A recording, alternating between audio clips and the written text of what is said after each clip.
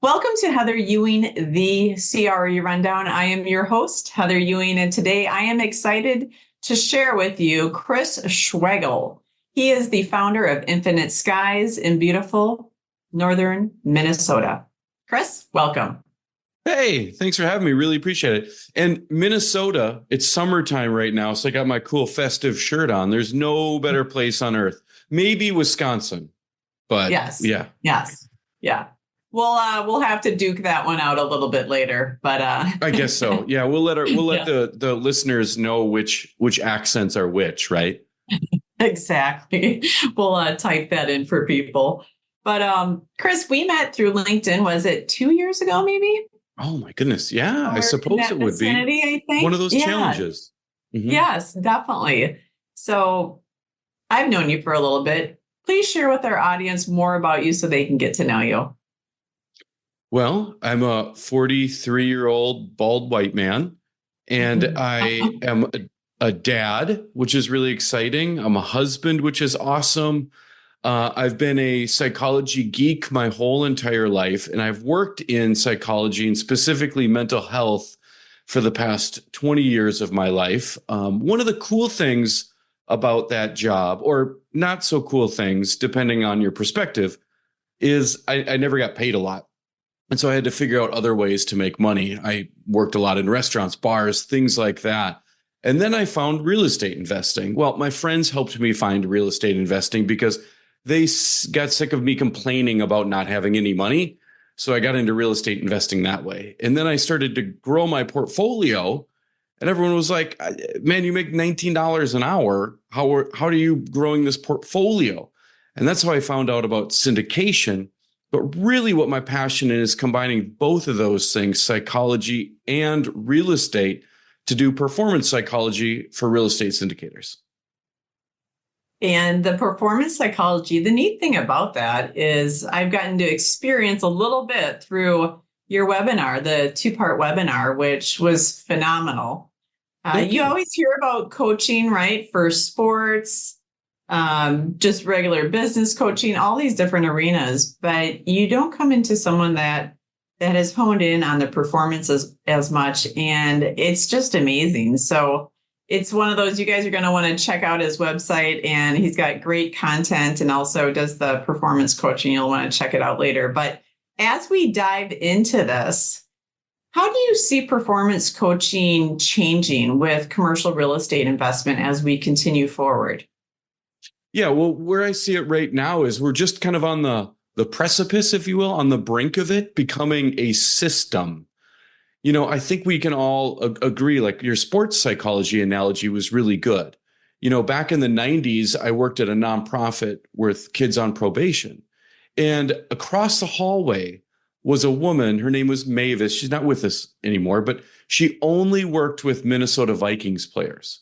And this was back in the day where she kept this very confidential because you didn't want to be seen as having mental health services.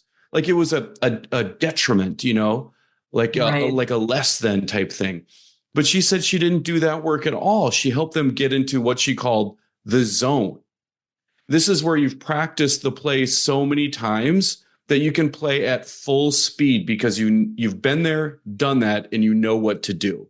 So no matter what happens, no matter what situation arises, you are at your absolute best mental peak. Now, that was pretty cutting edge 30 years ago.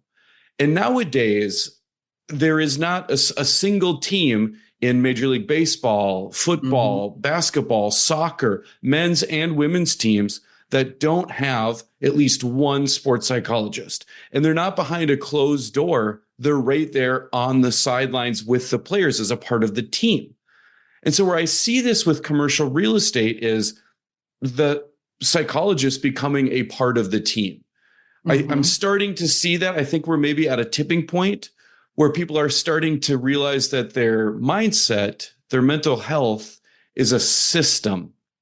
And that system can't be served with reading Atomic Habits. I love Atomic Habits, but you have to make it more customizable to yourself. You have to make it personalized. There's a system for property management, a system for acquisitions, for communication, for creating content. Everything is a system, but our most important system, we're just leaving it up to chance. And so I think that's where we're at, is really creating great systems and great teams around those systems to help people achieve that next level. And I must say it is profound. And to me, it makes sense, right? And I think it's one of those, to your point, of elite athletes, people in elite positions have been utilizing performance coaching for years. And kind of like with anything else, it takes a little while for it to become more readily known, apparent, and accessed in that sense too. But jumping back to your 2-day course with the subconscious goal setting, the fascinating thing that I loved with that was that, I've been in and out of goal setting for years, right? Who hasn't? And especially in running and operating a commercial real estate firm. But the fascinating thing with it was that it's like, instead of feeling like I have to push towards a goal, I feel pulled of like, it almost feels like it's more internal, more intense in that sense, and less of a work and more of a get to. So those are a couple differentiators for me that I was kind of thinking about the process, and it's been a couple of weeks now. And so I'm excited to utilize that more within the firm. But those are a couple of things that I noticed that I was like, this is really fascinating. And at the same time, it makes complete sense, right? There's so much on neuroscience, the conscious, the unconscious, the body, all of that. So I think it's really an exciting arena that you're able to guide people through on so many different levels. Yeah, thanks. And I think we had you frozen in a cryogenic lab for a few weeks, right? To get your goals, right. Something like that. Right. Or was that the other workshop? That was the other workshop. That's the next one that we'll share on the next podcast. Yeah. Don't want to overload too much in one. Exactly. But you bring up a good point here, is that we've all been to goal setting workshops.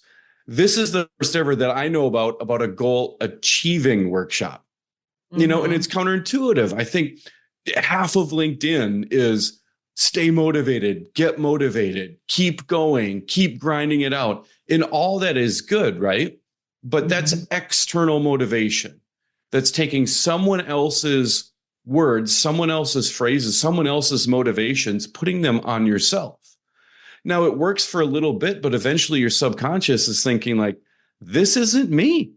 No, This isn't who I am. This is different. I'm becoming different. So I will resist and we'll go back to being this person, which is why it's so hard to have long-lasting change, which is why in the workshop, we presented some research and created a bunch of activities around the latest neuropsychological research, which says, hey, get into your subconscious first, make it happy, and then allow it to change. And then you go along for the ride because you're becoming who you really want to become.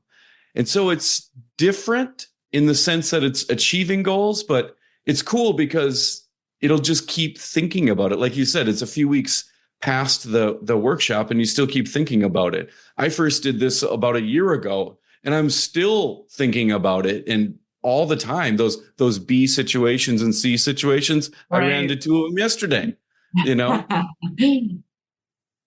Yeah. And I think too, it makes sense also when you take a step back, and I don't have a psychology degree, a sociology degree, it's straight business. But to me, it also makes sense that you hear so much about what happened in your early formative years, right? Of 0 to 7, of that's who you're going to be. And then years later, the science proves that no, actually, we are malleable. Things can change, and just the power of the subconscious, because it's such a big part of our lives, isn't it? Over 95% or something like that, which is an astonishing percent. Mm-hmm. But I think the thing also is that I feel more connected to myself. And I feel like I've done a lot of self-discovery over the years, right? With my early midlife crisis. But I think with it it's just almost an honoring of self and then just an excitement for the goals, because after a while, goals are just tiring and it's the same old, a couple new dry techniques that you can implement, but this was definitely different. So I'm excited to continue learning more from you. But as we shift through then too, how do you see um, you know, the personal connections and what really influenced you to get into this arena of coaching? Well, I mean, if you want to get personal, I enjoy the coaching part of it because I really enjoy having an impact on people. And I know that sounds cliche and everyone says it, but I really do. I think it's awesome. Like Yeah. when I started learning about syndication, I joined up with a couple other people that I met at an event. We kind of vetted each other out and had some meetings, and we said, okay, this is great. We're gonna work together, and we're gonna buy an apartment building in Kansas City. And we started doing some due diligence, and they showed up with like a 13-page due diligence checklist, a 7-page due diligence checklist for every single unit of the 128 unit building. And I showed up with a coffee, like I don't know what to do. And so I realized I love the vehicle of real estate and what it's done for me and my family. I don't have to work at the weekends. I don't work at a bar, things like that. It's been quite nice. We have this house with a roof and things like that, which is great. But I don't love the transactions. I don't love having 3 monitors and doing spreadsheets. I love the people, and I love inspiring people, and I love sharing what I've learned about psychology over the past 20 years and learning how to sit with people and have tougher conversations and get to the root of what's happening versus superficial conversations. So I'm just, and if you meet me at a networking event, and I hope that when you see me at a networking event, we get a chance to meet and hug it out and all that kind of stuff. Yeah. But you'll notice, I think I've got this feedback before, that we don't spend a lot of time on chit chat. We kind of get like right down to it. And that's what really fills me up. And I spent a lot of time in my personal life learning how to have tough conversations. I come from a long line of Midwesterners who, at funerals, we get the lump in our throat and we stare forward and we have no emotions. And, we just wait until it's done. And then we have ham sandwiches and a 6-pack of beer and then karaoke and pretend like it didn't happen, Right. And so that's what I grew up with. But I didn't want that for my life. And I wanted to have a richer emotional vocabulary and connection with myself and others. I remember growing up and just feeling moved in nature, feeling moved in church by the hymns, by the songs, by the organ, by my grandpa playing the trumpet, just different things really filled me up. Artwork, I experienced artwork and music just differently, and I didn't have words for it. And so I wanted to figure that out. And I think maybe I went too far, because now I really enjoy having kind of deeper, more robust conversations. And it's fun because when other people learn how to do it too, they just become magnetic towards building those connections, which is exactly what we need in commercial real estate, whether you're building relationships with builders or brokers, vendors, and, insurance people, bookkeepers, investors. All of those people, all those connections are human relationships. And so if you can get really good at connecting with yourself and loving yourself, you will naturally become attractive to other people, and that will move the needle in your business. That was the theory when I started this business a year and a half ago. And I'm very, very happy that that thesis was proven to be true. I love it. Yeah. And I think you have quite a great stat, isn't it? Like 283% return on investment for your coaching. Yeah. That's so far. We've got to tally up Q2 here. I don't have that quite done, but I'm super stoked about that. Is that, we get results. Like, it's wonderful to feel great. It's wonderful that, performance coaching helps you with relationships with a spouse or a mom or dad or kids or teammates, whatever it is. And you feel better and you grow more confident. All that is great. But when it really comes down to it, we're here for business. We're here to grow our business and move the needle in our business. And so I'm very, very happy that, so far in the business, we've delivered a 283% return on investment. And after working with me for 90 days, people are raising 86% more capital. That's the real data, which is cool. Huge. Yeah. Yeah. And it's one of those too. I think so many times people try to silo life as if business is only one area of your life and then relationships are another and health is another. But as you very well know better than anyone else, that they're all intertwined. And I think a lot of times people don't make decisions out of fear, right? Where they say they don't know. They do know, they just don't know how to get what they want, what steps to put together, or the timing of it. So I think it's also, I would anticipate dispelling some of those myths and helping people create better habits so that they can be more decisive, more action oriented on the things that will genuinely move the needle forward. And as those are moving forward, just everything is going to up level for them through the rest of the process. Yeah, absolutely. I mean, we're all busy, right? But a lot of times busy is a defense mechanism, because if I'm busy doing these low level tasks, I don't have to stare at that big thing that's freaking me out. Right. Like for me, it was like, if I'm on LinkedIn talking to people, which is what I love to do, then I don't have to spend time on the back end with operations, which I hate. And so thankfully I have an operations guy now, which is awesome, get things off your plate. Where, how long does it take me to build a website? 6 weeks and 45 minutes, 6 weeks to sit there and think about it. And then 45 minutes to execute on it.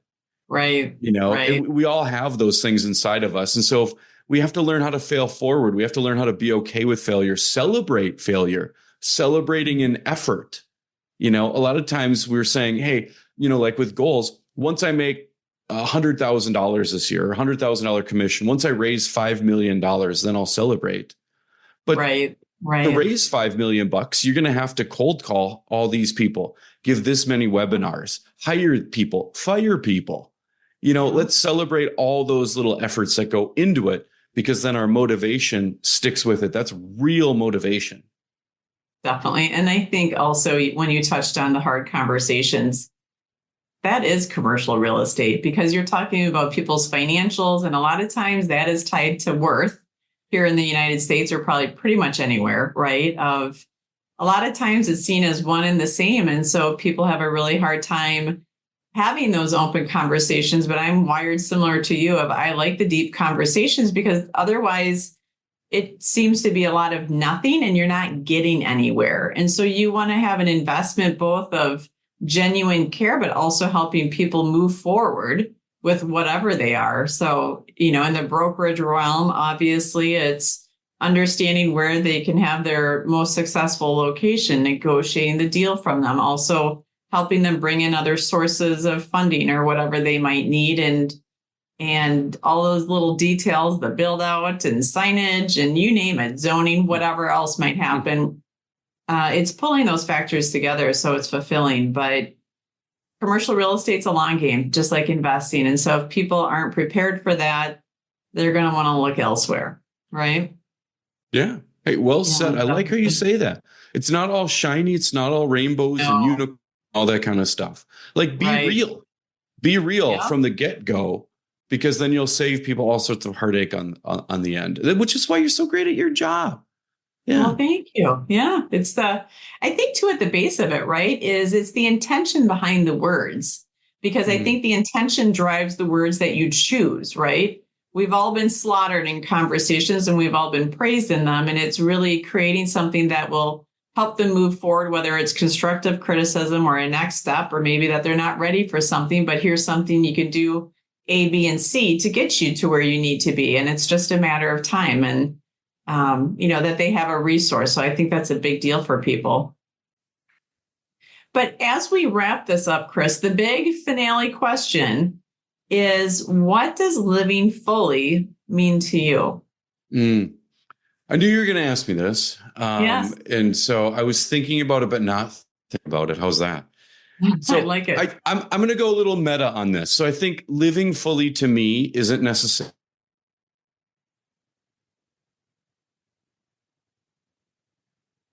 For me, living fully would be, being somewhere on a lake. I love lakes, right? Yeah. And I'm arm in arm with my babe, right, Kelly, and watching my daughter and her cousins play. The sun is setting. I've got myself a cold drink. I've been drinking a lot of these hop waters lately. So I've got one of those, and just a feeling of contentment, just like everything's okay. Everything is great. Like I wouldn't want anything to change. I think that's what I want. When I was in my 20s or 30s, I would have given you a different answer for sure. And it would have had to do more with thrilling, going fast, all that kind of stuff. But I did meet some health insurance deductibles in those years, and so I think it's less about thrills for me now and more of just contentment, that feeling that like everything is cool. It's not that my problems have gone away. It's just that feeling of gratitude of just everything's good. Which is huge. That is not a small feat. I mean, if you were to take a poll, I think the percent of people that feel content would be a pretty low number, which is another reason why they need to reach out to you. So how do people reach out to you, Chris? Yeah, LinkedIn. So you can find me. I'm Chris Schwagerl on LinkedIn. My last name has a silent R. It's German. It was broken. Immigration story. I'll tell you about it if you want to know about it. Or you can find me on my website, infiniteskies.life. Perfect. Well, Chris, thank you so much for joining me today. And I know our audience and viewers are going to love hearing more about what you offer and digging into that. So expect some phone calls. Oh, thanks, Heather. Oh, one last thing. Can I give something free out to your audience? Of course. Awesome. I just got done putting the bow on this last night. In fact, too late. But I created a resource about how syndicators can beat imposter syndrome. So this isn't like just a generic thing. This is specifically how syndicators can defeat imposter syndrome. And it's a free resource. Can we link that up somehow? Definitely. Yeah. Awesome. I'll link that up. Yeah. So thank you for that. I was going to say, I did try some of your other free resources on LinkedIn, and they were quite powerful, which did not surprise me. So it was the one with the cookie bread. Cookie Man, the gingerbread man. The 20 lines about, early things and how that shapes you. And now I'm working on the second exercise of influences and what you want to keep and what you want to let go of. So just put it out there to everyone. He gives away so many valuable resources that he could easily charge hundreds, thousands of dollars for, because they're very powerful. So yes, including the subconscious goal achieving that I took, that is definitely very powerful. So Chris, thank you so much for joining us today. And I look forward to connecting with you on LinkedIn further. Oh, thank you, Heather. Live fully. Yes, I like it. See you. All right. Take care.